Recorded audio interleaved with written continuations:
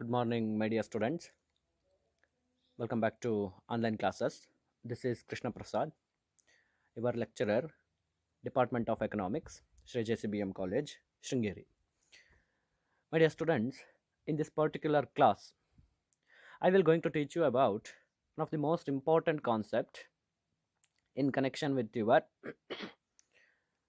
economics paper, that is DSC 1.3, Contemporary Indian Economy. The topic that I will going to discuss with you is demographic dividend, one of the most important concept for your examination purpose and examination concern. Let us discuss what is this demographic dividend is all about. What are the important advantages of studying this demographic dividend? Why demographic dividend is essential for a particular country?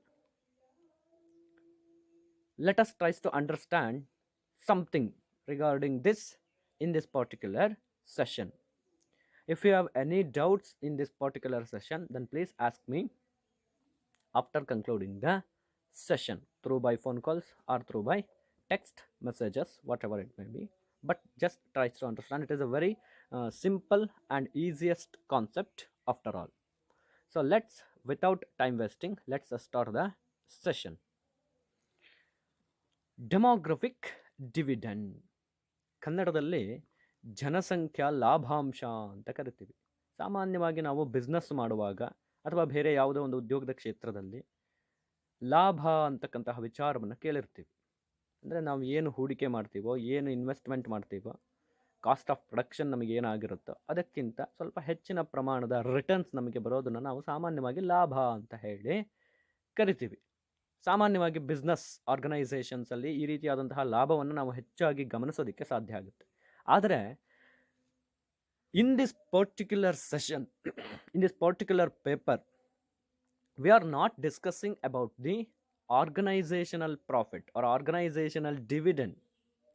Here our intention is to study the demographic dividend. What do you mean by demographic dividend?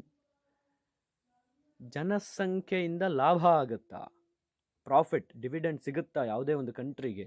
ಇಲ್ಲಿ country demographic dividend ಅಂತ ಹೇಳಿದ್ರೆ ಅದು ಯಾವುದೋ ಒಬ್ಬ ಮನುಷ್ಯನ perspective ಇಂದ ನಾವು ಅಧ್ಯಯನ ಮಾಡಲ್ಲ, ಬದಲಾಗಿ ದೇಶದ ಅಥವಾ ಆರ್ಥಿಕತೆಯ ದೃಷ್ಟಿಯಿಂದ ನಾವು ಈ ಡೆಮೋಗ್ರಫಿಕ್ ಡಿವಿಡೆಂಡ್ ಅನ್ನ ಅಧ್ಯಯನ ಮಾಡ್ತಾ ಹೋಗ್ತೀವಿ.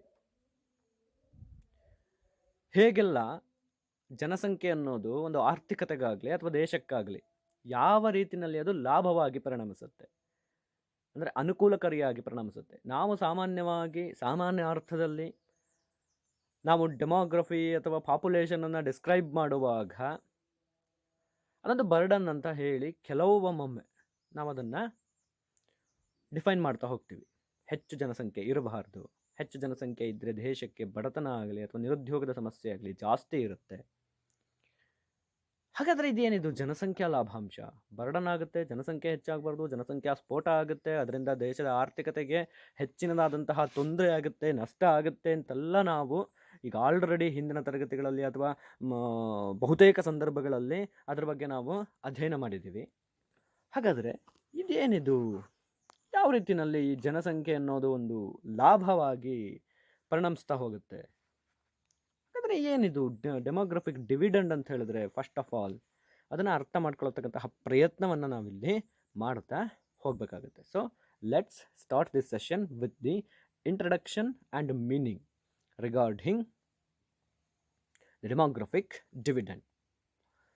My dear students, usually the concept or demographic dividend occurs when the portion, when the proportion, when the ratio of working people, working population out of total population in an economy is larger, just because this indicates that more people are productive and contribute to growth. So here demographic dividend or population dividend is nothing but more number of working people existed in the economy. The age category, certain age group is larger in an economy. in a larger proportion, they are existing in a larger proportion, larger number. That portion of population is considered as a demographic dividend. The working population, please keep it in mind, the word working population is very essential to understand this particular concept. The share or proportion or portion of the population which is very productive, which is very active, actively involving in the process of production, that particular portion of population is considered as a demographic dividend because they actively involved in the production process, and thereby they are responsible sorry, they are responsible to contribute towards growth, because they are going to save much more amount that what they earned, what they generated by actively participating in the production process. That is what we referred as a demographic dividend. Working age population is larger than the dependent population. That portion, that part of the population is considered as a demographic dividend. ಜನಸಂಖ್ಯಾ ಲಾಭ ಅಂತ ಹೇಳಿದ್ರೆ, ಒಂದು ದೇಶದಲ್ಲಿ ಒಟ್ಟು ಜನಸಂಖ್ಯೆ ಇರುತ್ತೆ, ಎಷ್ಟೋ ಒಂದು ನಂಬರ್ನಲ್ಲಿ ಜನಸಂಖ್ಯೆ, ಒಟ್ಟು ಜನಸಂಖ್ಯೆ ಅನ್ನೋದಿರುತ್ತೆ. ಆ ಒಟ್ಟು ಜನಸಂಖ್ಯೆಯಲ್ಲಿ ಕೆಲಸ ಮಾಡುವವರಂತಹ ಸಂಖ್ಯೆ, ಕೆಲಸದಲ್ಲಿ ಯಾರು ಭಾಗವಹಿಸ್ತಾರೋ, ಯಾರು ಕ್ರಿಯಾಶೀಲರಾಗಿ ಭಾಗವಹಿಸ್ತಾರೋ, ಆರ್ಥಿಕ ಚಟುವಟಿಕೆಗಳಲ್ಲಿ ಭಾಗವಹಿಸುವವರ ಸಂಖ್ಯೆ ಅವಲಂಬಿತರ ಸಂಖ್ಯೆಗಿಂತ ಹೆಚ್ಚಿದ್ದಲ್ಲಿ ಅದನ್ನು ನಾವು ಜನಸಂಖ್ಯಾ ಲಾಭಾಂಶ ಅಂತ ಹೇಳಿ ಕರಿತೀವಿ. ಯಾಕೆ ಅಂತ ಹೇಳಿದ್ರೆ, ಅವರು ಆರ್ಥಿಕ ಚಟುವಟಿಕೆಗಳಲ್ಲಿ ತಮ್ಮನ್ನು ತಾವು ತೊಡಗಿಸ್ಕೊಳ್ತಾರೆ, ಆ ಮೂಲಕ ಅಭಿವೃದ್ಧಿಗೆ ತಮ್ಮದೇ ಆದಂತಹ ಕೊಡುಗೆಗಳನ್ನು ಕೊಡ್ತಾರೆ. ಯಾವುದೇ ಆರ್ಥಿಕತೆಯಲ್ಲಿ ಅಭಿವೃದ್ಧಿ ಆಗಬೇಕು ಅಂತ ಹೇಳಿದ್ರೆ, ಆರ್ಥಿಕ ಚಟುವಟಿಕೆಗಳಲ್ಲಿ ಯಾವುದೇ ರೀತಿಯಾದಂತಹ ಅಡೆತಡೆಗಳು, ಸಮಸ್ಯೆಗಳಿಲ್ಲದೇನೆ ಆರ್ಥಿಕ ಚಟುವಟಿಕೆಗಳು ದಿನನಿತ್ಯ ನಡೀತಾ ಇರಬೇಕು. ಆರ್ಥಿಕ ಚಟುವಟಿಕೆಗಳು ಸುಗಮವಾಗಿ ಕಾರ್ಯಾಚರಣೆ ನಿರ್ವಹಿಸಬೇಕು, ಕಾರ್ಯಾಚರಣೆ ನಡೆಸಬೇಕು ಅಂತ ಹೇಳಿದ್ರೆ, ಆಗ ಕೆಲಸ ಮಾಡುವವರಂತಹ ಸಂಖ್ಯೆ, ಕೆಲಸಗಾರರ ಸಂಖ್ಯೆ ಅಥವಾ ಕೆಲಸ ಮಾಡುವಂಥವರ ವಯಸ್ಸೇನಿದೆ ಅದು ಹೆಚ್ಚಿರಲೇಬೇಕಾಗುತ್ತೆ. ಅವರ ಭಾಗ ಏನಿದೆ, ಒಟ್ಟು ಜನಸಂಖ್ಯೆಯಲ್ಲಿ ಅವರ ಭಾಗ ಏನಿದೆ, ಕೆಲಸ ಮಾಡುವವರು, ಕೆಲಸದಲ್ಲಿ ಭಾಗವಹಿಸುವವರು, ಅವರ ಸಂಖ್ಯೆ ಜಾಸ್ತಿ ಇರಬೇಕಾಗುತ್ತೆ. ಈ ರೀತಿ ಕೆಲಸದಲ್ಲಿ ಭಾಗವಹಿಸುವವರ ಸಂಖ್ಯೆ ಹೆಚ್ಚಿದ್ದರೆ, ಅವಲಂಬಿತರಿಗಿಂತ ಕೆಲಸದಲ್ಲಿ ಭಾಗವಹಿಸುವವರ ಸಂಖ್ಯೆ ಹೆಚ್ಚಿದ್ದರೆ ಅದನ್ನು ನಾವು ಜನಸಂಖ್ಯಾ ಲಾಭಾಂಶ ಅಂತ ಹೇಳಿ ಕರಿತೀವಿ. ಅವಲಂಬಿತರಿಂದ ಆರ್ಥಿಕ ಅಭಿವೃದ್ಧಿಗೆ ಯಾವುದೇ ರೀತಿಯಾದಂತಹ ಕೊಡುಗೆಗಳು ಸಲ್ಲಿಸಲ್ಪಡಲ್ಲ. ಅವಲಂಬಿತರು ಅಂತ ಹೇಳಿದ್ರೆ ಯಾರು? ವೆರಿ ಸಿಂಪಲ್, ಮಕ್ಕಳು, 15 ವರ್ಷಕ್ಕಿಂತ ಕಡಿಮೆ ವಯಸ್ಸಿನ ಮಕ್ಕಳು, ಅದೇ ರೀತಿಯಲ್ಲಿ 65 ವರ್ಷ ಅಥವಾ 65 ವರ್ಷಕ್ಕಿಂತ ಮೇಲ್ಪಟ್ಟಂತಹ ವ್ಯಕ್ತಿಗಳು, ವಯಸ್ಸಾದರು ಅಂತ ನಾವು ಏನು ಕರಿತೀವಿ, ಅವರನ್ನು ನಾವು ಅವಲಂಬಿತರು ಅಂತ ಕರಿತೀವಿ. ಯಾಕೆ ಅಂತ ಹೇಳಿದ್ರೆ, ಒಂದು ಮಕ್ಕಳು, ಇನ್ನೊಂದು ವಯಸ್ಸಾದವರು, ಇಬ್ಬರೂ ಕೂಡ ಈ ನಡು ವಯಸ್ಸಿನಲ್ಲಿ ವಯಸ್ಕರು ಅಂತ ನಾವೇನು ಕರಿತೀವಿ, ಅವರ ಮೇಲೆ Young generation, youngest people, younger age ಅಂತ ಏನು ಕರಿತೀವಿ, ಅಡಲ್ಟ್ಸ್ ಅಂತ ಏನು ಕರಿತೀವಿ, ಆ ವಯಸ್ಕರ ಮೇಲೆ ಅವಲಂಬಿತರಾಗಿರುತ್ತೆ ತಮ್ಮ ಜೀವನವನ್ನು ನಡೆಸೋದಿಕ್ಕೆ. ಮಕ್ಕಳಾಗಿದ್ದಾಗ ನಾವೇನು ಮಾಡ್ತಿದ್ವಿ, ಅಪ್ಪ ಅಮ್ಮನ ಹತ್ರ ಹಣವನ್ನು ಕೇಳಿಕೊಂಡು ನಮಗೇನು ಬೇಕು ಅದನ್ನು ನಾವು ಈಡೇರಿಸ್ಕೊಳ್ತಾ ಇದ್ವಿ. ಸ್ಕೂಲಿಗೆ ಹೋಗುವಾಗ ಆಗಿರ್ಬೋದು, ಬಸ್ ಚಾರ್ಜಿಗಾಗಿರ್ಬೋದು, ಅಥವಾ ಬೇರೆ ಏನಕ್ಕೆ ಆದರೂ ಅಪ್ಪ ಅಮ್ಮನ ಹತ್ರನೇ ನಾವು ದುಡ್ಡು ಕೇಳಬೇಕು, ಅವ್ರು ಹೇಗೆ ಹೇಳ್ತಾರೋ ಹಾಗೇ ನಾವು ನಡಿಬೇಕು. ಅದೇ ರೀತಿ ವಯಸ್ಸಾಗಿದ್ಮೇಲೂ ಕೂಡ ನಮ್ಮ ಮಕ್ಕಳ ಮೇಲೋ, ಮರಿ ಮಕ್ಕಳ ಮೇಲೋ ಅಥವಾ ಮೊಮ್ಮಕ್ಕಳ ಮೇಲೋ ಯಾರೋ ಮೇಲೆ ನಾವು ಡಿಪೆಂಡ್ ಆಗಬೇಕಾಗುತ್ತೆ ಜೀವನವನ್ನು ನಡೆಸಬೇಕು ಅಂತ ಹೇಳಿದ್ರೆ. ಸೊ ಹಾಗಾಗಿ ಈ ಅವಲಂಬಿತರ ಸಂಖ್ಯೆಗಿಂತ ಕೆಲಸದಲ್ಲಿ ಭಾಗವಹಿಸುವವರ ಅಂದರೆ ವಯಸ್ಕರ ಸಂಖ್ಯೆ ಹೆಚ್ಚಿದ್ದರೆ ಅದನ್ನೇ ನಾವು ಜನಸಂಖ್ಯಾ ಲಾಭಾಂಶ ಅಂತ ಹೇಳಿ ಕರಿತೀವಿ. In order to achieve the economic growth, the younger population must have access to quality education, adequate nutrition, and health facilities. If any economy or any country having a more number of working class, more number of youngest people, or those who are working people, those who are considered as working people, just they are existing is not helpful for an economy or economic growth. If only they are contribute towards growth, if only they can access the quality education, proper education, we should provide proper education for that youngest people or working people, working class in the economy. And we must assure the adequate nutritional food to them in order to maintain their health, in order to maintain their stamina, stability. For that purpose, we need to provide the adequate nutritional facilities to them. And along with that, it is must and should, we must provide better health facilities in order to maintain their quality of life. Then only they contribute more towards the economic development. ಯಾವುದೇ ಆರ್ಥಿಕತೆಯಲ್ಲಿ ಕೇವಲ youngest ಅಂದರೆ ನಾನು ಹೇಳಿದೆ ಕೆಲಸದಲ್ಲಿ ಭಾಗವಹಿಸುವವರ ಸಂಖ್ಯೆ ಹೆಚ್ಚಿರಬೇಕು ಅಂತ. ಅವರು ಕೇವಲ ಹೆಚ್ಚಿದ್ರೆ ಸಾಲದು, ಅದರಿಂದ ಯಾವುದೇ ರೀತಿಯಾದ ಪ್ರಯೋಜನ ಆಗಲ್ಲ. ಬದಲಾಗಿ ಆ ರೀತಿ ಹೆಚ್ಚಿರ್ತಕ್ಕಂತಹ ಜನರಿಗೆ ಉತ್ತಮವಾದಂತಹ ಶಿಕ್ಷಣ, ಉತ್ತಮವಾದಂತಹ ಆರೋಗ್ಯ, ಪೌಷ್ಟಿಕತೆಯುಳ್ಳಂತಹ ಆಹಾರವನ್ನು ನಾವು ಒದಗಿಸ್ಬೇಕಾಗುತ್ತೆ. ಅಂದಾಗ ಮಾತ್ರ ಅವರು ತಮ್ಮ ಆರೋಗ್ಯವನ್ನು ಸ್ಥಿರವಾಗಿಟ್ಕೊಂಡು ಆರ್ಥಿಕ ಚಟುವಟಿಕೆಗಳಲ್ಲಿ ಭಾಗವಹಿಸಿ ಎಕನಾಮಿಕ್ ಗ್ರೋತ್ಗೆ ಕಾಂಟ್ರಿಬ್ಯೂಟ್ ಮಾಡೋದಕ್ಕೆ ಸಾಧ್ಯ ಆಗುತ್ತೆ. Quality education, quality health facilities ಇಲ್ಲ ಅಂತ ಹೇಳಿದ್ರೆ, ವರ್ಕಿಂಗ್ ಕ್ಲಾಸ್ ಮೋರ್ ಇದ್ರೂ ಕೂಡ, ಹೆಚ್ಚಿದ್ರೂ ಕೂಡ ಅದರಿಂದ ಆರ್ಥಿಕತೆಗೆ ಯಾವುದೇ ರೀತಿಯಾದಂತಹ ಪ್ರಯೋಜನ ಆಗಲ್ಲ ಅಂತ ಹೇಳಿ ನಾವು ಹೇಳ್ಬೋದು. And it is considered as a potential economic gains when share of working age population is higher than non-working age group in an particular economy.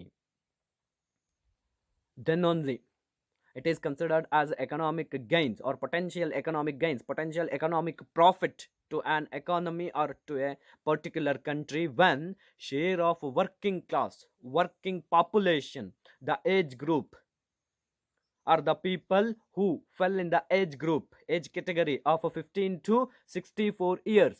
They are actively participated in the work because we started work at younger age. Generally say it is 15 years. And we are retired at the age of 64 years, or normally it is 60 years.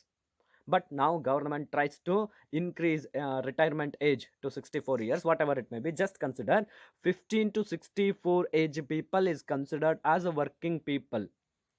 Their share in the total population is larger, then only the population become economic gains to a particular country. ಯಾವಾಗಲೂ ಕೂಡ ಜನಸಂಖ್ಯೆ, working class ಅಂತ ಕರಿತೀವಿ, ಕೆಲಸ ಮಾಡುವವರ ಸಂಖ್ಯೆ ಏನಿದೆ ಅವರ ಸಂಖ್ಯೆ ಜಾಸ್ತಿ ಇರಬೇಕಾಗುತ್ತೆ. ಇಲ್ಲಿ ಕೆಲಸ ಮಾಡುವವರ ಏಜ್ ಗ್ರೂಪ್ ಹಾಗಾದರೆ ಏನು, ಒಂದು ಕೆಟಗರಿ ಇದೆ, ಒಂದು ಕ್ರೈಟೀರಿಯಾ ಇದೆ ಅವರನ್ನು ಗುರುತಿಸೋದಕ್ಕೆ. 15 ವರ್ಷದಿಂದ 64 ವರ್ಷದೊಳಗಿನ ಏನು ಜನ ಇರ್ತಾರೆ ಅವ್ರನ್ನ ನಾವು ವರ್ಕಿಂಗ್ ಕ್ಲಾಸ್ ಅಂತ ಹೇಳಿ ಕರಿತೀವಿ. ಇವರ ಒಂದು ಶೇರು ಒಟ್ಟು ಜನಸಂಖ್ಯೆಯಲ್ಲಿ ಹೆಚ್ಚಿರಬೇಕಾಗುತ್ತೆ. ಕೆಲಸ ಮಾಡದೇ ಇರುವವರ ಸಂಖ್ಯೆಗಿಂತ ಕೆಲಸ ಮಾಡುವವರ ಸಂಖ್ಯೆ ಜಾಸ್ತಿ ಇದ್ದಾಗ ಅದನ್ನು ನಾವು ಜನಸಂಖ್ಯಾ ಲಾಭಾಂಶ ಅಂತ ಕರಿತೀವಿ. ಅದು ಆರ್ಥಿಕ ಅಭಿವೃದ್ಧಿಗೆ, ಆರ್ಥಿಕ ಲಾಭಕ್ಕೆ ಬಹಳ ಮುಖ್ಯ ಅಂತ ಹೇಳಿ ನಾವು ಹೇಳ್ತಾ ಹೋಗ್ಬೋದು. ಒಟ್ಟಾರೆಯಾಗಿ demographic dividend is nothing but the share proportion of working people out of total population is usually larger than non working class. That particular concept is considered as demographic dividend. So let us try to understand this particular concept with the help of meaning. The demographic dividend is the accelerated economic growth that may result from a decline in a country's mortality and fertility rate and the subsequent change in the age structure of the population. So it is a subsequent, it is defined as subsequent change in the age structure of the population. That means the share of the 15 to 64 years of age is larger than the dependent age group or dependent people, non-working people. That is what we considered as demographic dividend. It is very essential to accelerate the economic growth or economic development of a particular country. Without a demographic dividend, without this working age people, larger portion of the working people, it is not possible to any type of country. Even it is developed in technological advances. Even it has the technological advance in their country, it is not possible without having the working category people, more working age people, more youngest people. That is what we considered as demographic dividend. ಜನಸಂಖ್ಯಾ ಲಾಭಾಂಶ ಅಂತ ಹೇಳಿದರೆ ಆರ್ಥಿಕಾಭಿವೃದ್ಧಿಯನ್ನು ತ್ವರಿತಗೊಳಿಸೋದಕ್ಕೋಸ್ಕರ ಜನಸಂಖ್ಯೆಯ ವಯೋಮಿತಿಯಲ್ಲಿ, ಜನಸಂಖ್ಯೆಯ ವಯಸ್ಸಿನ ಸಂರಚನೆಯಲ್ಲಿ ಆಗುವಂತಹ ಬದಲಾವಣೆಯನ್ನು ನಾವು ಜನಸಂಖ್ಯಾ ಲಾಭಾಂಶ ಅಂತ ಕರಿತೀವಿ. ಅಂದರೆ ಸಿಂಪಲ್ ಆಗಿ ಇನ್ನೊಂದ್ಸತಿ ಹೇಳ್ತೀನಿ, ಕ್ಲೀನಾಗಿ ನೋಟ್ ಮಾಡ್ಕೊಳ್ಳಿ. ಆರ್ಥಿಕಾಭಿವೃದ್ಧಿಯನ್ನು ತ್ವರಿತಗೊಳಿಸುವ ನಿಟ್ಟಿನಲ್ಲಿ ದೇಶದ ಜನಸಂಖ್ಯೆಯ ವಯಸ್ಸಿನ ಸಂರಚನೆಯಲ್ಲಿ ಹೆಚ್ಚಳ ಆಗೋದನ್ನು ಅಥವಾ ವಯಸ್ಸಿನ ಸಂರಚನೆಯಲ್ಲಿ ಬದಲಾವಣೆ ಆಗೋದನ್ನು ನಾವು ಜನಸಂಖ್ಯಾ ಲಾಭಾಂಶ ಅಂತ ಹೇಳಿ ಕರಿತೀವಿ. ಈ ಜನಸಂಖ್ಯಾ ಲಾಭಾಂಶ ಅನ್ನೋದು ಹೇಗೆ ಬರುತ್ತೆ ಅಂತ ಹೇಳಿದ್ರೆ, ಯಾವುದೇ ಒಂದು ದೇಶದಲ್ಲಿ ಮರಣ ದರ ಕಡಿಮೆ ಆದಾಗ, ಅದೇ ರೀತಿ ಜನನ ದರ ಕಡಿಮೆ ಆದಾಗ, ಮರಣ ಮತ್ತು ಜನನ ದರ ಎರಡೂ ಕೂಡ ಕಡಿಮೆ ಆದಾಗ ನಮಗೆ ಹೆಚ್ಚಿನದಾದಂತಹ ಡೆಮೋಗ್ರಫಿಕ್ ಡಿವಿಡೆಂಡನ್ನು, ಜನಸಂಖ್ಯಾ ಲಾಭಾಂಶವನ್ನು ಪಡೆಯೋದಕ್ಕೆ ಸಾಧ್ಯ ಆಗುತ್ತೆ. Demographic dividend occurs only when the countries mortality rate and fertility rate reduces tremendously. Then only it is possible to having demographic dividend. Otherwise it is not possible to have the demographic dividend in any particular country. Hope you understand. With fewer birth each year, a country's young dependent population grows smaller in relation to the working age population. So whenever the fertility rate or birth rate, what we refer as birth rate, if it reduces year by year continuously, then the dependent population grows smaller and smaller quantities in relation to the working age people, because the fertility rate reduces. That's why the number of dependents also reduces tremendously. That's why the working age population will increase ever increasing continuously. That's why the demographic dividend occurs. ಜನಸಂಖ್ಯಾ ಲಾಭಾಂಶ, ಈ ಜನನ ದರ ಕಡಿಮೆ ಆಗೋದ್ರಿಂದ ಹೇಗೆ ಆಗುತ್ತೆ? Very simple. ಪ್ರತಿ ವರ್ಷ ಜನನ ದರ ಕಡಿಮೆ ಆಗ್ತದೆ. ಜನನ ದರ ಅಂತ ಹೇಳಿದ್ರೆ ಏನು? ಹುಟ್ಟುವಂತಹ ಮಕ್ಕಳ ಸಂಖ್ಯೆ. ಹುಟ್ಟುವಂತಹ ಮಕ್ಕಳ ಸಂಖ್ಯೆ ವರ್ಷದಿಂದ ವರ್ಷಕ್ಕೆ ಕಡಿಮೆ ಆಗ್ತಾ ಇದೆ ಅಂತ ಹೇಳಿದ್ರೆ ಅವಲಂಬಿತರ ಸಂಖ್ಯೆ ಕಡಿಮೆ ಆಗ್ತಾ ಇದೆ ಅಂತ ಅರ್ಥ. ಏನು ನಮ್ಮ ಮೇಲೆ ವರ್ಕಿಂಗ್ ಕ್ಲಾಸ್ ಮೇಲೆ ಅವಲಂಬಿತರಾಗಿರ್ತಾರೋ ಅವರ ಸಂಖ್ಯೆ ಕಡಿಮೆ ಆಗ್ತಾ ಇದೆ ಅಂತ ಹೇಳಿ ಅರ್ಥ. ಈ ರೀತಿ ಅವಲಂಬಿತರ ಸಂಖ್ಯೆ ಕಡಿಮೆ ಆಗೋದ್ರಿಂದಾಗಿ ಕೆಲಸದಲ್ಲಿ ಭಾಗವಹಿಸುವವರ ಸಂಖ್ಯೆ ನಿಧಾನಕ್ಕೆ ಜಾಸ್ತಿ ಆಗ್ತಾ ಇರುತ್ತೆ ವರ್ಷದಿಂದ ವರ್ಷಕ್ಕೆ. ಯಾಕೆ? ಬರ್ತ್ ರೇಟ್ ಕಡಿಮೆ ಇರೋದ್ರಿಂದಾಗಿ ಸ್ಲೋ ಆಗಿ ಡಿಪೆಂಡೆಂಟ್ ವರ್ಷ ತುಂಬಿದ ಹಾಗೇನು ಕೆಲಸ ಮಾಡುವವರ ಸಂಖ್ಯೆ ಜಾಸ್ತಿ ಆಗ್ತಾ ಹೋಗುತ್ತೆ, ಅವರ ಏಜ್ ಜಾಸ್ತಿ ಆಗ್ತಾ ಹೋಗುತ್ತೆ. ಸೊ ಹಾಗಾಗಿ ಅವಲಂಬಿತರ ಸಂಖ್ಯೆಗಿಂತ ವರ್ಕಿಂಗ್ ಕ್ಲಾಸು ಜಾಸ್ತಿ ಆಗ್ತಾರೆ. ಇದರಿಂದಾಗಿ ಜನಸಂಖ್ಯಾ ಲಾಭಾಂಶ ಅನ್ನೋದು ಆಗುತ್ತೆ.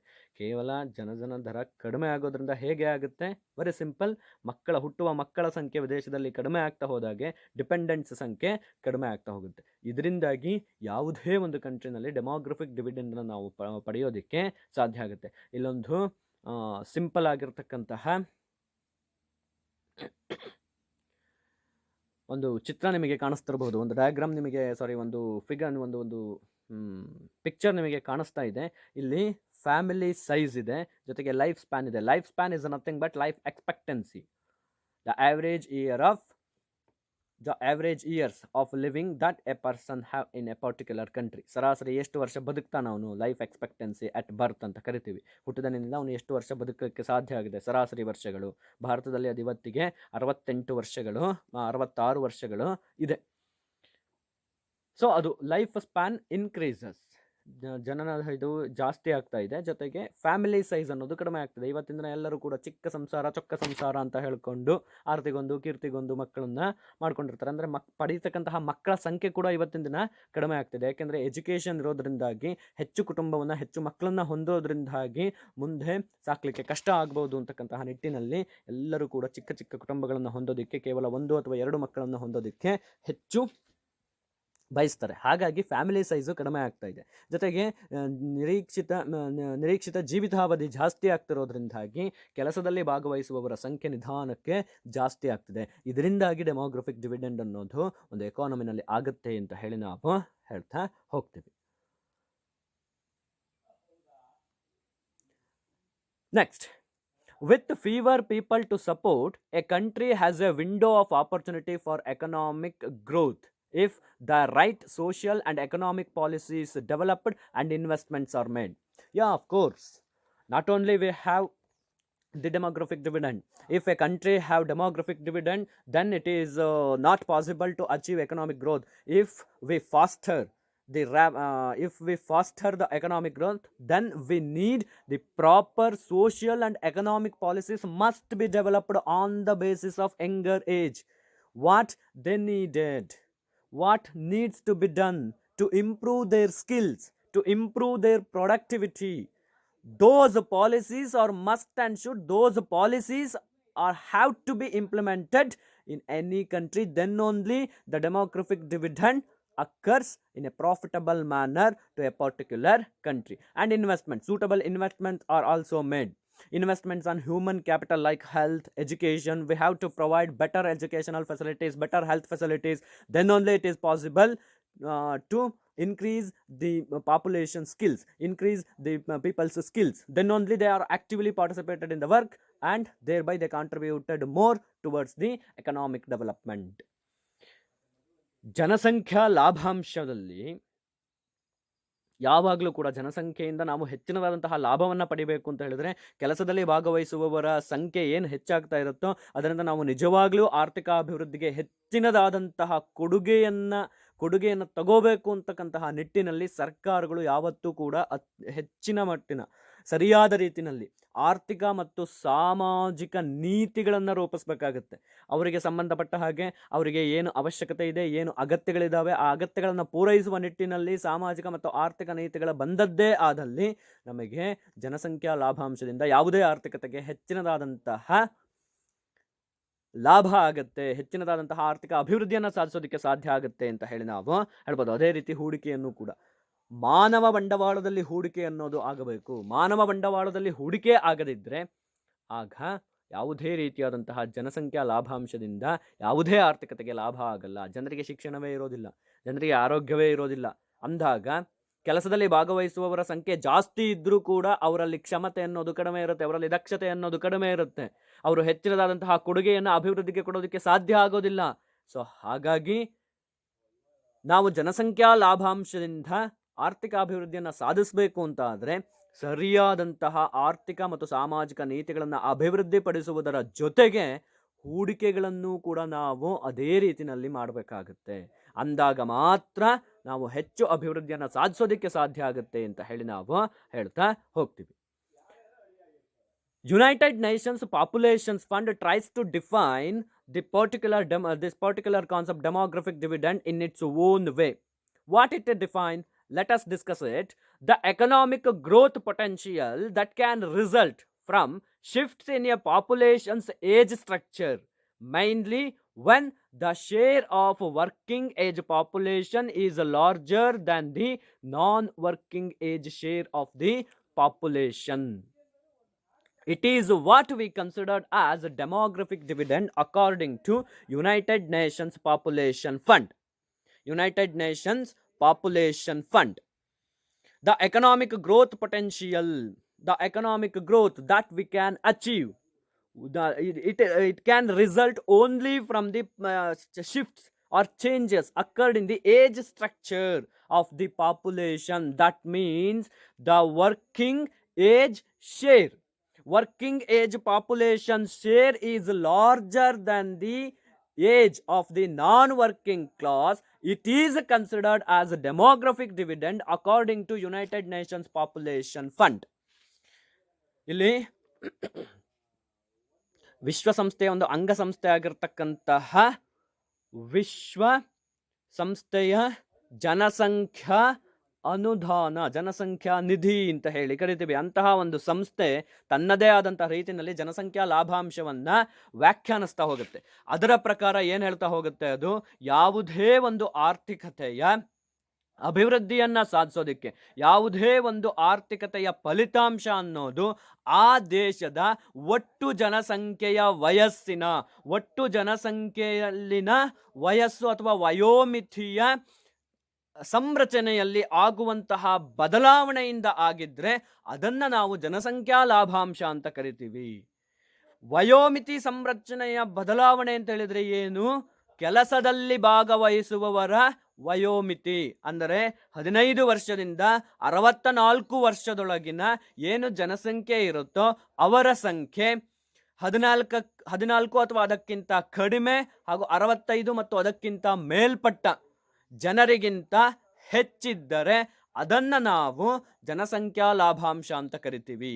ಯಾವ ಆರ್ಥಿಕತೆಯಲ್ಲಿ ಕೆಲಸದಲ್ಲಿ ಭಾಗವಹಿಸುವವರ ಜನಸಂಖ್ಯೆ ಅಂದರೆ 15ರಿಂದ 64 ವಯೋಮಿತಿಯ ಜನಸಂಖ್ಯೆಯ ಪಾಲು ಕೆಲಸದಲ್ಲಿ ಭಾಗವಹಿಸದವರ ಅಂದರೆ 14ಕ್ಕಿಂತ ಕಡಿಮೆ, 65 ಹಾಗೂ 65ಕ್ಕಿಂತ ಹೆಚ್ಚು ವರ್ಷವನ್ನು ಹೊಂದಿದವರ ಸಂಖ್ಯೆಗಿಂತ ಹೆಚ್ಚಿದ್ದಾಗ ಅದರ ಫಲಿತಾಂಶದಿಂದಾಗಿ ಆರ್ಥಿಕಾಭಿವೃದ್ಧಿಯನ್ನ ಸಾಧಿಸಲ್ಪಟ್ಟರೆ ಅದನ್ನ ನಾವು ಜನಸಂಖ್ಯಾ ಲಾಭಾಂಶ ಅಂತ ಕರಿತೀವಿ ಅಂತ ಹೇಳಿ ಯುನೈಟೆಡ್ ನೇಷನ್ಸ್ ಪಾಪ್ಯುಲೇಷನ್ ಫಂಡ್ ನಮಗೆ ಡಿಫೈನ್ ಮಾಡೋದನ್ನ ನಾವಿಲ್ಲಿ ನೋಡ್ತಾ ಬರ್ತೀವಿ.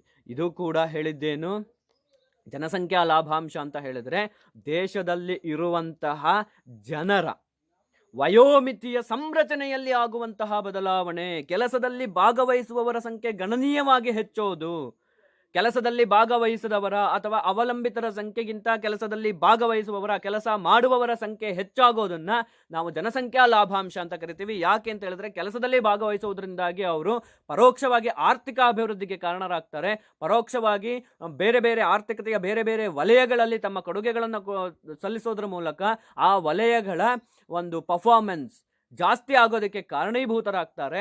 ಅದರಿಂದಾಗಿ ದೇಶ ಅನ್ನೋದು ಆರ್ಥಿಕ ಅಭಿವೃದ್ಧಿಯನ್ನು ಸಾಧಿಸೋದಕ್ಕೆ ಸಾಧ್ಯ ಆಗುತ್ತೆ. ಅದೇ ರೀತಿ ಭಾರತ ಕೂಡ. ಇವತ್ತಿನ ದಿನ ಭಾರತವನ್ನು ನಾವು youngest nation in the world ಅಂತ ಕರಿತೀವಿ. ಭಾರತದಲ್ಲಿ more than 50%, like it is I think around about 57 or 58% of population ಏನಿದೆ, it is considered as a younger generation. That means the age category from 15 to 60 years of age.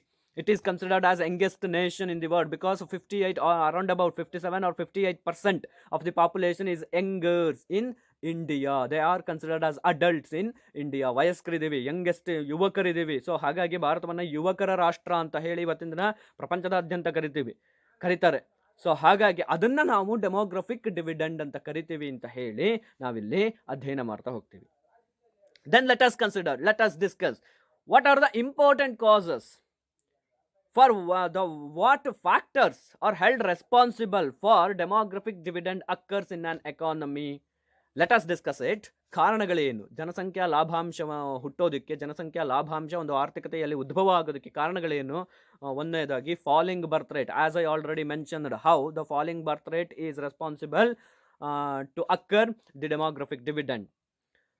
ಕಡಿಮೆಯಾಗುತ್ತಿರುವ ಜನನ ದರದ ಇಳಿಕೆ ಅಂತ ಕರಿತೀವಿ. ಜನನ ದರ ಇಳಿಕೆಯಿಂದಾಗಿ ಏನಾಗುತ್ತೆ? ಅವಲಂಬಿತರ ಸಂಖ್ಯೆ ಕಡಿಮೆ ಆಗೋದ್ರಿಂದಾಗಿ ಕೆಲಸ ಮಾಡುವವರ ಸಂಖ್ಯೆ ಜಾಸ್ತಿ ಆಗಿ ಅದರಿಂದ ಜನಸಂಖ್ಯಾ ಲಾಭಾಂಶ ಆಗುತ್ತೆ ಅಂತ ಹೇಳಿ ಕರಿತೀವಿ. ಜೊತೆಗೆ ಲೋಯರ್ ಫರ್ಟಿಲಿಟಿ ರೇಟ್, ಇದು ಲೋಯರ್ ಮೊರ್ಟಾಲಿಟಿ ರೇಟ್ ಆಗಬೇಕಿತ್ತು, ಫರ್ಟಿಲಿಟಿ ರೇಟ್ ಆಗಿದೆ. ಬೇಸಿಕಲಿ ಬರ್ತ್ ರೇಟ್ ಮತ್ತೆ ಫರ್ಟಿಲಿಟಿ ರೇಟ್ ಎರಡೂ ಕೂಡ ಒಂದೇನೆ. Anyway, lower fertility rate, lower mortality rate, ಮರಣ ದರ ಅಂತ ಕರಿತೀವಿ. The average number of deaths, ಅದನ್ನು ಸರಾಸರಿಯಾಗಿ ಎಷ್ಟು ಜನ ಸಾಯ್ತಾರೆ ಅದನ್ನು ನಾವು ಮರಣ ದರ ಅಂತ ಕರಿತೀವಿ. ಈ ಮರಣ ದರ ಕೂಡ ಕಡಿಮೆ ಆಗ್ತಿರೋದ್ರಿಂದಾಗಿ ನಮಗೆ ಹೆಚ್ಚಿನದಾದಂತಹ ಯಂಗೆಸ್ಟ್ ಪಾಪ್ಯುಲೇಷನ್ನು ದೇಶದಲ್ಲಿ ಸಿಗೋದಕ್ಕೆ ಸಾಧ್ಯ ಆಗ್ತದೆ. ಅದರಿಂದಾಗಿ ಡೆಮೋಗ್ರಫಿಕ್ ಡಿವಿಡೆಂಡ್ ಅನ್ನೋದು ಬರುತ್ತೆ. ಎರಡನೇದಾಗಿ increases longevity. As I already mentioned, average expectancy at birth it increases slowly in India. ಭಾರತದಲ್ಲಿ ಸರಾಸರಿ ನಿರೀಕ್ಷಿತ ಜೀವಿತಾವಧಿ ಅನ್ನೋದು ನಿಧಾನಕ್ಕೆ ಹೆಚ್ಚಾಗ್ತಿದೆ. ಇದಕ್ಕೆ ಹೆಚ್ಚಾಗೋದಕ್ಕೆ ಕಾರಣ ಏನು? ಒಂದನೇದಾಗಿ ಬೆಟರ್ ಹೆಲ್ತ್ ಫೆಸಿಲಿಟೀಸ್. ಇವತ್ತಿನ ದಿನ ಎಷ್ಟೇ ಬಡವಾಗಿದ್ರೂ ಕೂಡ ಅವನಿಗೆ ಸರಿಯಾದಂತಹ ಹೆಲ್ತ್ ಫೆಸಿಲಿಟೀಸು ಭಾರತದಲ್ಲಿ ಸಿಗ್ತಾ ಇದೆ. ಅಂದರೆ ಹೆಲ್ತ್ ಫೆಸಿಲಿಟೀಸ್ ಅನ್ನೋದು ತುಂಬ ಮುಂದುವರೆದಿದೆ. ತುಂಬ ರ್ಯಾಪಿಡ್ ಆಗಿ ನಾವು ಮೆಡಿಕಲ್ ಇನ್ಫ್ರಾಸ್ಟ್ರಕ್ಚರನ್ನು ಡೆವಲಪ್ ಮಾಡಿದ್ದೀವಿ. ಸೊ ಹಾಗಾಗಿ ನಮ್ಮಲ್ಲಿ ನಮ್ಮಲ್ಲಿ ಡೆತ್ ರೇಟ್ ಅನ್ನೋದು ಕಡಿಮೆ ಆಗಿದೆ. ಇದರಿಂದಾಗಿ ನಿರೀಕ್ಷಿತ ಜೀವಿತಾವಧಿ ಅನ್ನೋದು ಜಾಸ್ತಿ ಆಗ್ತಿದೆ. ಜೊತೆಗೆ ನ್ಯೂಟ್ರಿಷನಲ್ ಫುಡ್ಡನ್ನು ಕೂಡ ಭಾರತ ಇವತ್ತಿನ ದಿನ ಹೆಚ್ಚು ಹೆಚ್ಚು ಉತ್ಪಾದನೆ ಮಾಡಿ ನ್ಯೂಟ್ರಿಷನ್ ಇರತಕ್ಕಂತಹ ಫುಡ್ಗಳನ್ನು ಇವತ್ತಿನ ದಿನ ಮಕ್ಕಳಿಗೂ ಕೂಡ ಕೊಡ್ತಿರೋದ್ರಿಂದಾಗಿ ನಮ್ಮಲ್ಲಿ ನಿರೀಕ್ಷಿತ ಜೀವಿತಾವಧಿ ಅನ್ನೋದು ನಿಧಾನಕ್ಕೆ ಹೆಚ್ಚಾಗ್ತದೆ. ಇದೇನೋ ಭಾರಿ ರ್ಯಾಪಿಡ್ ಆಗಿ ಹೆಚ್ಚಾಗ್ತಿರೋದಲ್ಲ, ನಿಧಾನಕ್ಕೆ ಹೆಚ್ಚಾಗ್ತಾ ಇರೋದನ್ನು ನಾವು ನೋಡ್ಬೋದು. ಇನ್ನು ಬರ್ತ್ ರೇಟ್ ಕಡಿಮೆ ಆಗೋದಕ್ಕೆ spread of education is a very very important. ಯಾಕೆಂದರೆ ಹಿಂದಿನ ಕಾಲದಲ್ಲಿ ಮಹಿಳೆಯರಿಗಾಗಲಿ ಪುರುಷರಿಗಾಗಲಿ ಹೆಚ್ಚಿನದಾದಂತಹ ಶಿಕ್ಷಣ ಇರ್ತಾ ಇರಲಿಲ್ಲ. ಶಿಕ್ಷಣ ಇಲ್ಲದೆ ಇರೋದರಿಂದಾಗಿ ಅನಕ್ಷರತೆಯ ಕಾರಣದಿಂದಾಗಿ, ಬಡತನದ ಕಾರಣದಿಂದಾಗಿ ಅವರು ಹೆಚ್ಚು ಹೆಚ್ಚು ಮಕ್ಕಳನ್ನು ಹೊಂದುತ್ತಾ ಹೋಗ್ತಿದ್ರು. ಹೆಚ್ಚು ಮಕ್ಕಳನ್ನು ಹೊಂದೋದ್ರಿಂದಾಗಿ ನಮ್ಮ ಬಡತನ ನೀಗುತ್ತೆ. ಯಾಕೆಂದರೆ ಅವರನ್ನು ಕೂಡ ಕೆಲಸಕ್ಕೆ ಕಳಿಸೋದ್ರಿಂದ ನಮಗೆ ಆದಾಯ ಸಿಗುತ್ತೆ ಅಂತಕ್ಕಂತಹ ತಪ್ಪು ಕಲ್ಪನೆಯಲ್ಲಿ ಜನಸಂಖ್ಯೆ ಜಾಸ್ತಿ ಆಗ್ತಾ ಹೋಗ್ತಿತ್ತು. ಆದರೆ ಇವತ್ತಿನ ದಿನ ಎಲ್ಲರಿಗೂ ತಕ್ಕ ಮಟ್ಟಿಗೆ ಎಜುಕೇಷನ್ ಇರೋದ್ರಿಂದ, ಇವನ್ ಲೇಡೀಸಿಗೆ, ವುಮೆನ್ಸಿಗಾಗಿರ್ಬೋದು ಅಥವಾ ಮೇಲ್ಸಿಗಾಗಿರ್ಬೋದು, ಎಲ್ಲರೂ ಕೂಡ ಪ್ರಾಪರ್ ಎಜುಕೇಷನನ್ನು ಪಡಿತಿರೋದ್ರಿಂದಾಗಿ ಶಿಕ್ಷಣದಿಂದಾಗಿ ಅವರು ಜಾಗೃತರಾಗ್ತಾ ಇದ್ದಾರೆ. ಹೆಚ್ಚು ಹೆಚ್ಚು ಜನಸಂಖ್ಯೆಯನ್ನು ಹೊಂದೋದ್ರಿಂದ ಪ್ರಯೋಜನ ಆಗಲ್ಲ. ಅದನ್ನು ನಾವು ಡಿಫೆಂಡ್ ಮಾಡ್ಕೊಳ್ಳೋಕ್ಕೂ ಕೂಡ ಸಾಧ್ಯ ಆಗಲ್ಲ, ಅವ್ರನ್ನ ನೋಡ್ಕೊಳ್ಳೋದಕ್ಕೆ ಸಾಧ್ಯ ಆಗೋದಿಲ್ಲ ಅಂತ ಹೇಳಿ ನಂಬರ್ ಆಫ್ ಚಿಲ್ಡ್ರನ್ ಏನು ನಾವು ಹೊಂದಿದ್ದೀವಿ ಅದನ್ನು ಕೂಡ ನಾವು ಕಡಿಮೆ ಮಾಡ್ಕೊಳ್ತಾ ಇದ್ದೀವಿ. ಮನೆಗೊಂದು ಅಥವಾ ಕುಟುಂಬಕ್ಕೊಂದು ಮಕ್ಕಳನ್ನು ಹೊಂದಿದ್ರೆ ಸಾಕು, ಕೇವಲ ಒಂದು ಮಗು ಇದ್ರೆ ಸಾಕು, 2 ಮಗು ಇದ್ರೆ ಸಾಕು ಅಂತ ಯೋಚನೆ ಮಾಡ್ತಿರೋದ್ರಿಂದಾಗಿ ಬರ್ತ್ ರೇಟ್ ಅನ್ನೋದು ಕಡಿಮೆ ಆಗ್ತಾ ಇದೆ. ಜೊತೆಗೆ ಡೆತ್ ರೇಟು ಕಡಿಮೆ ಆಗ್ತಾ ಇರೋದಕ್ಕೆ ಅಥವಾ average expectancy at birth increase ಆಗ್ತಾ ಇರೋದಕ್ಕೆ ಮೆಡಿಕಲ್ ಫೆಸಿಲಿಟೀಸ್ ಅಥವಾ ಹೆಲ್ತ್ ಇನ್ಫ್ರಾಸ್ಟ್ರಕ್ಚರಲ್ಲಿ ನಾವು ಸಾಧಿಸಿರತಕ್ಕಂತಹ ಡೆವಲಪ್ಮೆಂಟು ಕಾರಣ ಅಂತ ಹೇಳಿದ್ರೆ ತಪ್ಪಾಗಲಿಕ್ಕಿಲ್ಲ. ಸೊ ಇದನ್ನು ನಾವು ಈ 3 ಕಾರಣಗಳನ್ನು ಇಲ್ಲಿ ಡೆಮೋಗ್ರಫಿಕ್ ಡಿವಿಡೆಂಡ್ ಅಕ್ಕರ್ ಆಗೋದಕ್ಕೆ ಕೊಡ್ತಾ ಹೋಗ್ಬೋದು. ಇನ್ನು ಇಂಡಿಯಾದಲ್ಲಿ ಯಾವ ರೀತಿಯಲ್ಲಿ ಡೆಮೋಗ್ರಫಿಕ್ ಡಿವಿಡೆಂಡ್ ಅನ್ನೋದು ಇದೆ ಅನ್ನೋದನ್ನು ನಾವು ಗಮನಿಸೋದಾದರೆ, India has one of the youngest population in the world. It has the younger people, more number of young people lived in India. Hence, it is rightly called as youngest nation in the world today. At presently, India is called globally as a youngest nation because we have more number of younger age. That means age from 15 to 64 years, 60 years of people are more in India. That's why it is considered as youngest nation in the world. India has ಭಾರತವನ್ನು ನಾವು ಯುವಕರ ರಾಷ್ಟ್ರ ಅಂತ ಕರಿತೀವಿ. ಯಾಕೆ ಅಂತ ಹೇಳಿದ್ರೆ, ಜಗತ್ತಿನಾದ್ಯಂತ ನಾವು ಗಮನಿಸಿದಾಗ ಭಾರತದಲ್ಲಿ ಇರುವಷ್ಟು ಯುವಕರ ಸಂಖ್ಯೆ ಅಷ್ಟು ಬೇರೆ ಯಾವ ದೇಶದಲ್ಲೂ ಕೂಡ ನಾವು ಕಾಣಲಿಕ್ಕೆ ಸಾಧ್ಯ ಆಗಲ್ಲ. ಸೊ ಹಾಗಾಗಿ ಭಾರತವನ್ನು ಯುವ ದೇಶ, ಯುವ ಭಾರತ ಅಥವಾ ಯುವಕರ ದೇಶ ಅಂತ ಹೇಳಿ ನಾವು ಕರಿತೀವಿ. ಹೆಚ್ಚು ಯುವಕರು ಇಲ್ಲಿದ್ದಾರೆ ಅಂದರೆ 15ರಿಂದ 60 ವರ್ಷದ ಜನ ಅಂತ ನಾನು ಏನು ಹೇಳಿದೆ, ಅವರನ್ನು ನಾವು ಯುವಕರು ಅಂತ ಹೇಳಿ ಕರಿತೀವಿ. ಅವರ ಸಂಖ್ಯೆ ಇಲ್ಲಿ ಜಾಸ್ತಿ ಇದೆ. ಸೊ ಹಾಗಾಗಿ ಭಾರತವನ್ನು ಯುವ ರಾಷ್ಟ್ರ ಅಂತ ಹೇಳಿ ಕರಿತೀವಿ. India has 62.5% of it's population in the age group of 15 to 59 years. In India, demographic dividend is 62.5%. That means the share of working class people out of total population is 62.5%. That means around about 63 people out of 100, every 100 people are considered as working people in India.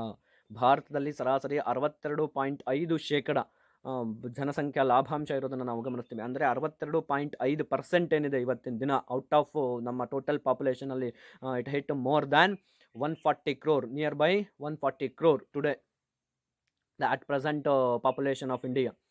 So ಇವತ್ತಿನ ದಿನ ಭಾರತದ ಜನಸಂಖ್ಯೆ 140 ಕೋಟಿ ಆಗಿದೆ. ಆ 140 ಕೋಟಿ ನಾವು ಬೇಡ 121 ಕೋಟಿ 2011 ಜನಗಣತಿ ಪ್ರಕಾರನೇ ಇಟ್ಕೊಳ್ಳೋದಾದರೆ 121 ಕೋಟಿ, ನಾವು ಅದನ್ನು ಪರ್ಸೆಂಟೇಜ್ ವೈಸ್ ಹೇಳೋದಾದರೆ ಆ 121 ಕೋಟಿನಲ್ಲಿ 62.5% ಜನ ಇವತ್ತಿನ ದಿನ ವರ್ಕಿಂಗ್ ಕ್ಲಾಸ್ ಅಂತ ಹೇಳಿ ಕನ್ಸಿಡರ್ ಆಗಿದೆ. ಅಂದರೆ age category of 15 to 60 years ಅಥವಾ 64 years ಅಂತ ನಾವು ಕನ್ಸಿಡರ್ ಮಾಡ್ತೀವಿ.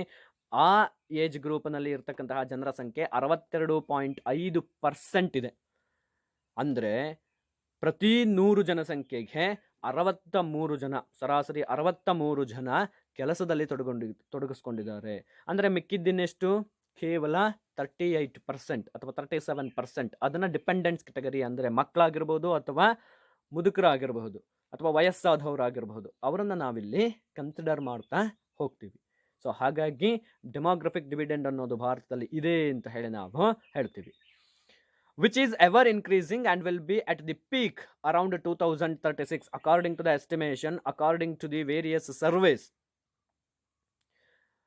The demographic dividend is ever increasing and it will be reach its peak around about 2036 when it will reach approximately 65%. It is just estimation, it is an estimation, it is not the exact calculation. ಇದೊಂದು ಕೇವಲ estimation ಮಾಡಿರೋದು, ಅಂದರೆ ಅಂದಾಜಿಗೆ ನಾವು ಹೇಳಿರೋದೇನು, 2036 ಹೊತ್ತಿಗೆ ಭಾರತದಲ್ಲಿ ಈ ವಯೋಮಾನದ ಮಕ್ಕಳೇನಿದ್ದಾರೆ, ಯುವಕರೇನಿದ್ದಾರೆ, ಇವರ ಸಂಖ್ಯೆ ಇನ್ನೂ ಹೆಚ್ಚಾಗುತ್ತೆ. ಹಾಗಾಗಿ ಭಾರತದಲ್ಲಿ ಇನ್ನೂ ಕೂಡ ಜನಸಂಖ್ಯಾ ಲಾಭಾಂಶ ಅನ್ನೋದು ಹೆಚ್ಚಾಗುತ್ತೆ. ಅದು ತನ್ನ ಉತ್ತುಂಗ ಮಟ್ಟವನ್ನು ತಲುಪುತ್ತೆ ಯಾವಾಗ 2036ರಲ್ಲಿ 65% ಯಾವಾಗ ತಲುಪುತ್ತೋ, ಕೆಲಸದಲ್ಲಿ ಭಾಗವಹಿಸುವವರ ಸಂಖ್ಯೆ 65% ಸೇರಿದಾಗ, ಅಂದರೆ 2036ರಲ್ಲಿ ಸೇರುತ್ತೆ ಅಂತ ಹೇಳಿ ನಾವು ಅಂದಾಜು ಮಾಡಿದ್ದೀವಿ. ಅಂದಾಜು ಮಾಡಿರೋದು ಇದು ಸರಿಯಾದಂತಹ ಕ್ಯಾಲ್ಕುಲೇಷನ್ ಅಲ್ಲ, ಭವಿಷ್ಯದ ಕುರಿತಾಗಿ ನಮ್ಮ ಅಂದಾಜು ಅಂತ ನಾವು ಹೇಳ್ಬೋದು. ಎಸ್ಟಿಮೇಟ್ ಮಾಡ್ತಾ ಹೋಗ್ತೀವಿ, ಮುನ್ನಂದಾಜು ಮಾಡ್ತೀವಿ. ಮುನ್ನಂದಾಜು ಮಾಡೋದು ಅಂತ ಹೇಳ್ತೀವಲ್ಲ, ಆ ಥರ ಮಾಡಿರೋದ್ರಿಂದಾಗಿ 2036 ಹೊತ್ತಿಗೆ 65% ತಲುಪುತ್ತೆ ಅಂತ ಹೇಳಿ ನಾವು ಅದನ್ನು ಉತ್ತುಂಗ ಮಟ್ಟ ಅಂತ ಹೇಳಿ ಕರಿತೀವಿ. ಅಂದರೆ ಅರ್ಧಕ್ಕರ್ಧ 3/4% ಜನ ಭಾರತದಲ್ಲಿ ಯುವಕರೇ ಇರ್ತಾರೆ. ಹಾಗಾಗಿ ಆರ್ಥಿಕ ಅಭಿವೃದ್ಧಿ ಸಾಧ್ಯ ಆಗುತ್ತೆ ಅಂತ ಹೇಳಿ ನಾವು ಹೇಳ್ಬೋದು. By 2020, India's median age is 28 years, is just 28 years. So please keep it in mind. By 2020, ಏನು ನಾವು 2020 ಅನ್ನು ದಾಟಿ 21 ಅನ್ನು ದಾಟಿ 22ನಲ್ಲಿ ರನ್ ಆಗ್ತಾ ಇದ್ದೀವಿ ಇವತ್ತು. ಬಟ್ ಅಕಾರ್ಡಿಂಗ್ ಟು 2020ಯ ಡಾಟಾದ ಪ್ರಕಾರ ಭಾರತದ ಮಧ್ಯಮ ವರ್ಷ ಅಂತ ಹೇಳಿದ್ರೆ ಅದು 28 ವರ್ಷ. ಪರ್ಫೆಕ್ಟ್ ಯಂಗ್ ಏಜ್ ಅದು ಅಲ್ವಾ. 28 ವರ್ಷ ಹೆಚ್ಚಾಗಿ ನಾವು ಕೆಲಸ ಮಾಡ್ತಕ್ಕಂತಹ ವರ್ಷ ಅದೇ ಆಗಿರುತ್ತೆ. ಸಾಮಾನ್ಯವಾಗಿ ಭಾರತದಲ್ಲಿ 21ರಿಂದ ನಾವು ಲೆಕ್ಕ ಹೇಳಿದ್ರೆ ತಕ್ಕಮಟ್ಟಿಗೆ ಎಲ್ಲ ಯುವಕರು ಕೂಡ 22, 23, 24, 25 ವರ್ಷದೊಳಗಡೆಗೆ ಕೆಲಸಕ್ಕೆ ಸೇರಿಬಿಟ್ಟಿರ್ತಾರೆ. ಸೊ ಹಾಗಾಗಿ ನಾವು 25ರಿಂದ ಹಿಡಿದ್ರೆ 28ನ್ನ ನಾವು ಒಂದು ಸರಾಸರಿಯ ವರ್ಷ ಅಂತ ಹೇಳಿ ಕನ್ಸಿಡರ್ ಮಾಡ್ತೀವಿ.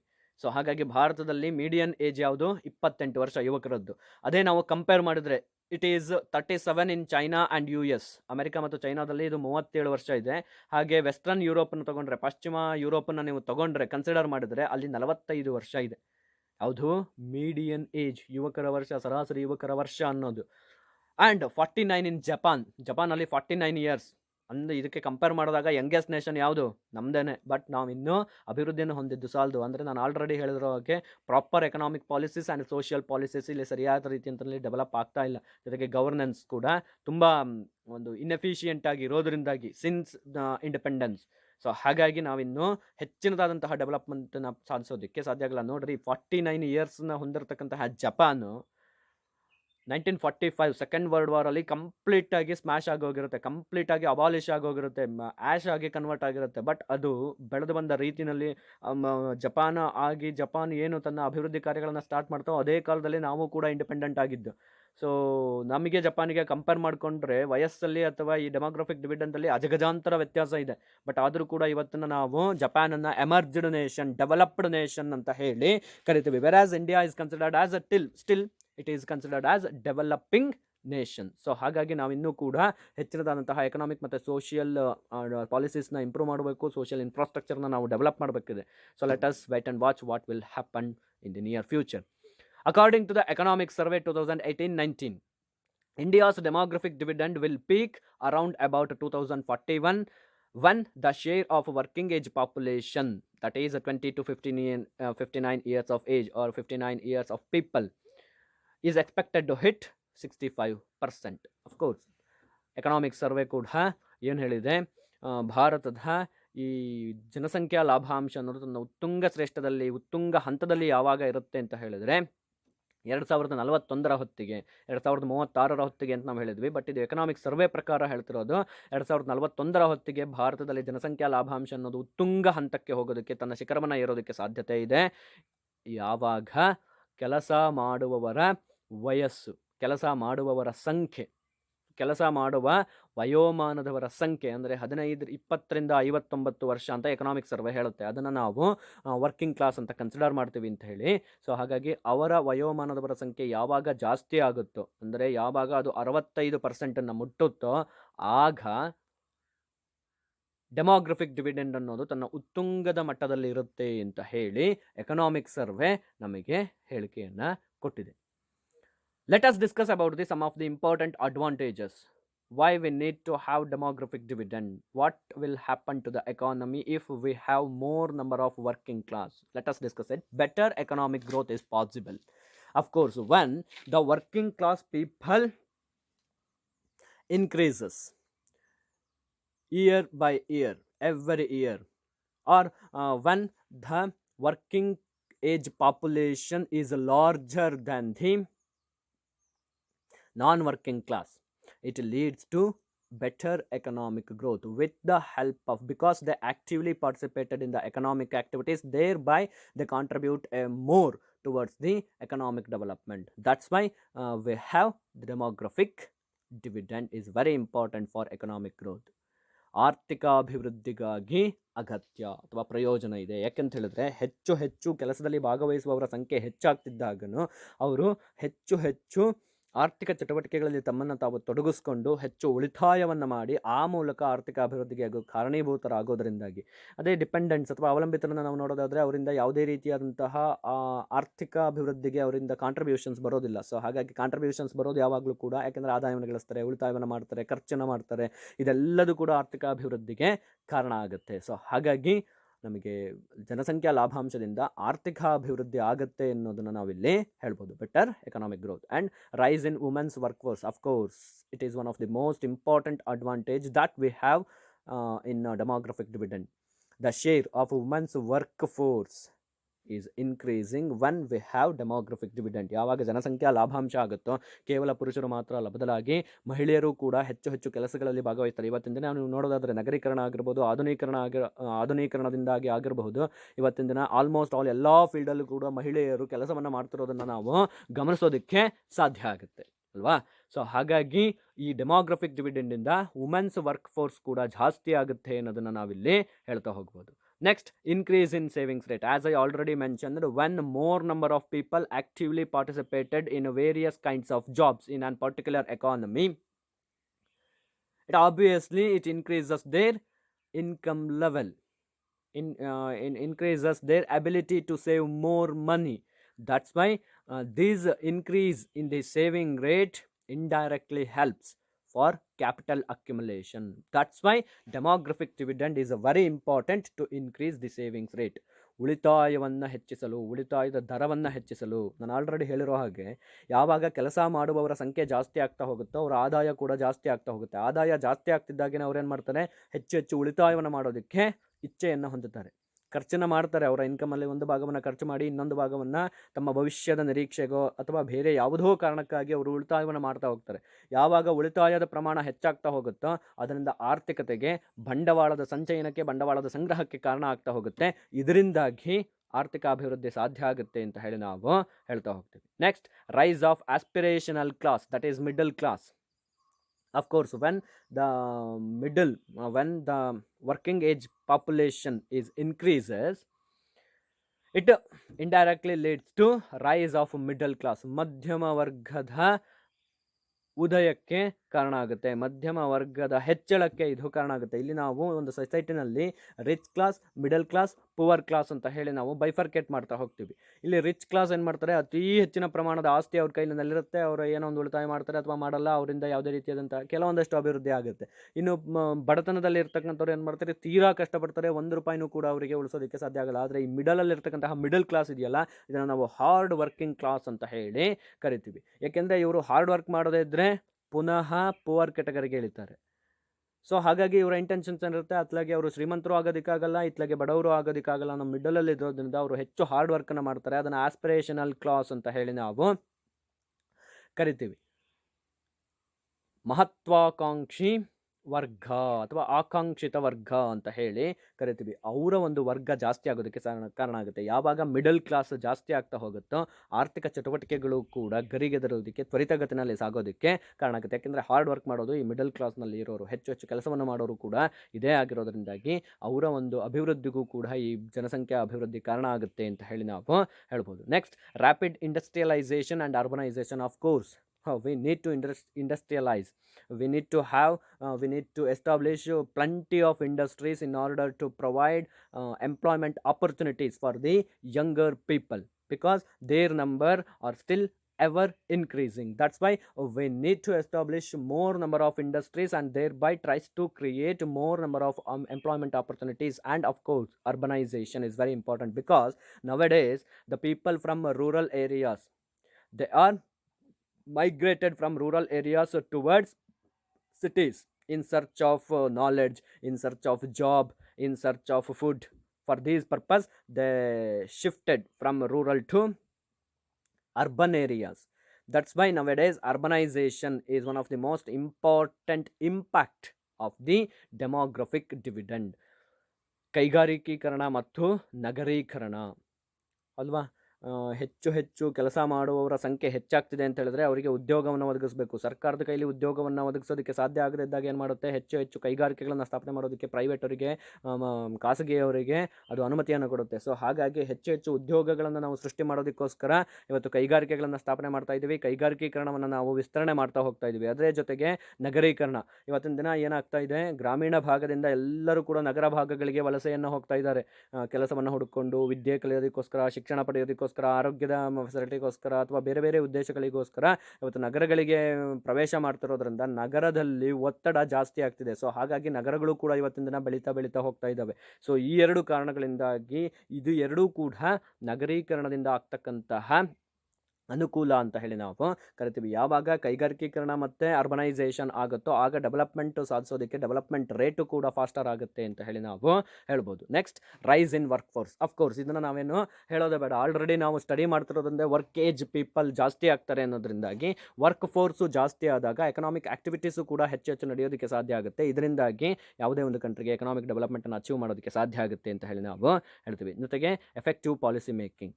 When the working age population is more, then government must implemented various policies very effectively. Then only we can expect the better results from the youngest people in the economy. ಉತ್ತಮವಾದಂತಹ ನೀತಿಗಳ ನಿರೂಪಣೆಗೆ, ನೀತಿಗಳ ರಚನೆಗೆ ಈ ಜನಸಂಖ್ಯಾ ಲಾಭಾಂಶ ಅವಶ್ಯಕತೆ ಇದೆ. ಯಾಕೆಂತ ಹೇಳಿದ್ರೆ, ಯಾವಾಗ ಆರ್ಥಿಕತೆಯಲ್ಲಿ ಕೆಲಸ ಮಾಡುವವರ ಸಂಖ್ಯೆ ಜಾಸ್ತಿ ಆಗ್ತಾ ಹೋಗುತ್ತೋ ಆಗ ಮಾತ್ರ ಸರ್ಕಾರಗಳು ಹೆಚ್ಚಿನದಾದಂತಹ ನೀತಿಗಳನ್ನು ನಿರೂಪಿಸಿ ಆ ಜನರಿಗೆ ಏನು ಬೇಕು ಏನು ಬೇಡ ಅನ್ನೋದನ್ನು ಪೂರೈಸೋದಕ್ಕೆ ಸಾಧ್ಯ ಆಗುತ್ತೆ. ಇದರಿಂದ ಆರ್ಥಿಕ ಅಭಿವೃದ್ಧಿನ ನಾವು ಸಾಧಿಸೋದಕ್ಕೆ ಸಾಧ್ಯ ಆಗುತ್ತೆ ಅಂತ ಹೇಳಿ ನಾವು ಹೇಳ್ತಾ ಹೋಗ್ಬೋದು. Next, challenges. What are the important challenges? What are the important problems we have in course of demographic dividend? Let us discuss.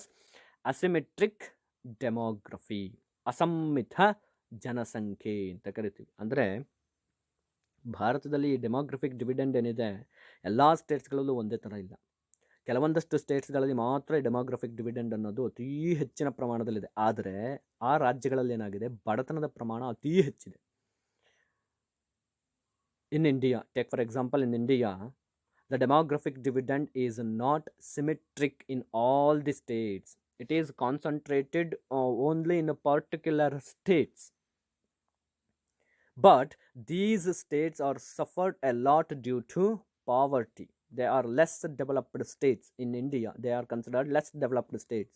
In these states only the demographic dividend occurs. That is what we considered as asymmetric demography. ಅಸಮ್ಮಿತ ಜನಸಂಖ್ಯೆ, ಸರಿಯಾದಂತಹ ರೀತಿಯಲ್ಲಿ ಹಂಚಿಕೆ ಆಗಿಲ್ಲ, ಅದು ಒಂದು ಸಮಸ್ಯೆ. ಅಲ್ಲಿ investment ಮಾಡೋದಕ್ಕೆ, ಹೂಡಿಕೆಯನ್ನು ಮಾಡೋದಕ್ಕೆ, ಶಿಕ್ಷಣವನ್ನು ಕೊಡೋದಕ್ಕೆ ಅಥವಾ ಆರೋಗ್ಯದ ಫೆಸಿಲಿಟಿಯನ್ನು ಕೊಡೋದಕ್ಕೆ ಅವ್ರ ಹತ್ರ ಇನ್ಫ್ರಾಸ್ಟ್ರಕ್ಚರ್ ಆಗಲಿ ಅಥವಾ ಹೂಡಿಕೆ ಆಗಲಿ, ಅವ್ರ ಹತ್ರ ಕ್ಯಾಪಿಟಲ್ ಆಗಲಿ ಅವ್ರ ಹತ್ರ ಇಲ್ಲದೇ ಇರೋದ್ರಿಂದಾಗಿ ಇದು ಒಂದು ಬಹಳ ಮುಖ್ಯವಾದಂತಹ ಕಾರಣ ಆಗಿದೆ. ಭಾರತದಲ್ಲಿ ರೀಜನಲ್ ಡಿಸ್ಪ್ಯಾರಿಟಿ ಇದೆ, ಪ್ರಾದೇಶಿಕ ಅಸಮಾನತೆ. ಅದರಿಂದಾಗಿ ನಾವು ಜನಸಂಖ್ಯಾ ಲಾಭಾಂಶವನ್ನು ಕೇವಲ ಕೆಲವೇ ರಾಜ್ಯಗಳಲ್ಲಿ ಕಾಣೋದಕ್ಕೆ ಸಾಧ್ಯ. ಆ ರಾಜ್ಯಗಳು ಇನ್ನೂ ಕೂಡ ಬಡತನದಲ್ಲಿರೋದ್ರಿಂದಾಗಿ ಸಮಸ್ಯೆ ಇದೆ ಅಂತ ಹೇಳಿ ನಾವು ಹೇಳ್ತೀವಿ. ಜೊತೆಗೆ lack of skills. Of course youngest age increase ಆಗ್ತಾ ಇದ್ದರೆ ಸ್ಕಿಲ್ಸು ಕೂಡ ನಾವು ಇಂಪ್ರೂವ್ ಮಾಡೋದಕ್ಕೆ ಟ್ರೈ ಮಾಡಬೇಕು. ಇಲ್ಲ ಅಂತ ಹೇಳಿದ್ರೆ 15 years ಆಗಿದ ಮೇಲೆ ಅವನು ಕೆಲಸಕ್ಕೆ ಇಳಿತಾನೆ ಅಂತ ಹೇಳಿದ್ರೆ what kind of skills he has, ಅದನ್ನು ನಾವು ಯೋಚನೆ ಮಾಡಬೇಕು. ಅವನಿಗೇನು ಸ್ಕಿಲ್ಸ್ ಇರೋದಿಲ್ಲ. ಸೊ ಹಾಗಾಗಿ ಆ ಸ್ಕಿಲ್ಸನ್ನ ಇಂಪ್ರೂವ್ ಮಾಡೋ ನಿಟ್ಟಿನಲ್ಲಿ ಹಲವಾರು ರೀತಿಯಾದಂತಹ ಪ್ರೋಗ್ರಾಮ್ಸ್ಗಳು, ಹಲವಾರು ರೀತಿಯಾದಂತಹ ಫಂಡ್ಸ್ಗಳನ್ನು ರಿಲೀಸ್ ಮಾಡಿ ನಾವು ಪ್ರಯತ್ನ ಪಡಬೇಕಾಗತ್ತೆ. ಆದರೆ ಇವತ್ತಿನ ದಿನ ಅದು ಆಗ್ತಾ ಇಲ್ಲ. ಗೌರ್ಮೆಂಟಲ್ಲಿ ಫಂಡಿನ ತೊಂದರೆ ಆಗಿರ್ಬೋದು, ಅಥವಾ ಇನ್ಎಫಿಷಿಯೆಂಟ್ ಅಡ್ಮಿನಿಸ್ಟ್ರೇಷನ್ ಆಗಿರ್ಬೋದು, ಇನ್ಎಫಿಷಿಯೆಂಟ್ ಆಫೀಷಿಯಲ್ಸ್ ಆಗಿರಬಹುದು, ಇವರೆಲ್ಲರ ಕಾರಣದಿಂದಾಗಿ the people lacking in the proper skills. That's why they are not able to contribute more in the work. ಕೆಲಸ ಮಾಡುವಾಗ ಹೆಚ್ಚಿನದಾದಂತಹ ಫಲಿತಾಂಶವನ್ನು ಅವ್ರು ಕೊಡೋದಕ್ಕೆ ಸಾಧ್ಯ ಆಗ್ತಿಲ್ಲ. ಯಾಕೆಂದರೆ ಕೌಶಲ್ಯಗಳ ಕೊರತೆ ಇದೆ, ನೈಪುಣ್ಯ ರಹಿತತೆ ಅಂತ ಹೇಳಿ ನಾವು ಕರಿತೀವಿ. ಅವರ ಕೌಶಲ್ಯಕ್ಕೆ ತಕ್ಕಂತಹ ಕೆಲಸಗಳು ಕೂಡ ಇವತ್ತಿನ ಸಿಗ್ತಿಲ್ಲ. ಜನಸಂಖ್ಯೆ ಅತಿ ಹೆಚ್ಚಾಗಿರೋದ್ರಿಂದಾಗಿ ಈ ಸಮಸ್ಯೆಗಳಿಗೆ ಕಾರಣ ಆಗ್ತಾ ಇದೆ ಅಂತ ಹೇಳಿ ನಾವು ಹೇಳಬಹುದು. ಜೊತೆಗೆ ಎಜುಕೇಷನ್ ಕೂಡ ಎಲ್ಲರಿಗೂ ಸಿಗ್ತಾ ಇರೋದ್ರಿಂದ, ಎಲ್ಲರೂ ಕೂಡ ಶಿಕ್ಷಿತರಾಗ್ತಿರೋದ್ರಿಂದಾಗಿ ಕೆಲಸ ಕೊಡೋದಕ್ಕೆ ಸಾಧ್ಯ ಆಗ್ತಿಲ್ಲ. ಜೊತೆಗೆ ಕೌಶಲ್ಯಗಳ ಅಭಿವೃದ್ಧಿ ಕೂಡ ಆಗ್ತಾ ಇಲ್ಲ. ಇದು ಕೂಡ ಒಂದು ಪ್ರಾಬ್ಲಮ್ ಅಂತ ಹೇಳಿ ನಾವಲ್ಲಿ ಹೇಳ್ತೀವಿ. Next, low human development parameters due to the supply of inefficient infrastructure in the field of education, in the field of health, in the field of nutritional food. Due to all these reasons, India stood very low in the human development rank.